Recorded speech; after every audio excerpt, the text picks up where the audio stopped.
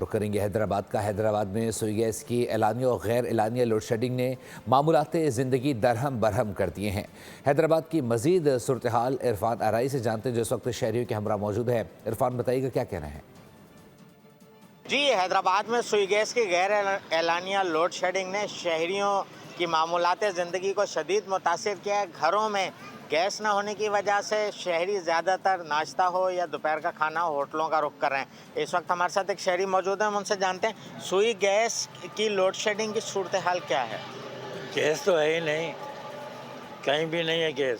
صبح کی یہ ہے کہ صبح 9 بجے تک ہوتا ہے 2-2.5 گھنٹے، اس کے بعد پھر صبح شام تک 5 بجے تک تو گیس ہوتا ہی نہیں ہے۔ ہوتا ہے تو وہ اس پہ بھی اتنا چولہا جلتا ہے کہ چائے وغیرہ بن جائے تو ٹھیک ہے، کھانا وغیرہ بھی نہیں بنتا۔ کیسے گزارا کر رہے ہیں؟ بس ہوٹلوں سے گزارا کرنے۔ جہاں بل اضافی دیے جا رہے ہیں وہیں پر جو صورتحال ہے 10 سے 11 گھنٹے کی لوڈ شیڈنگ دن اور رات کے اوقات میں کی جا رہی ہے، جس کی وجہ سے شہری شدید کرب میں مبتلا ہیں۔ بہت شکریہ عرفان۔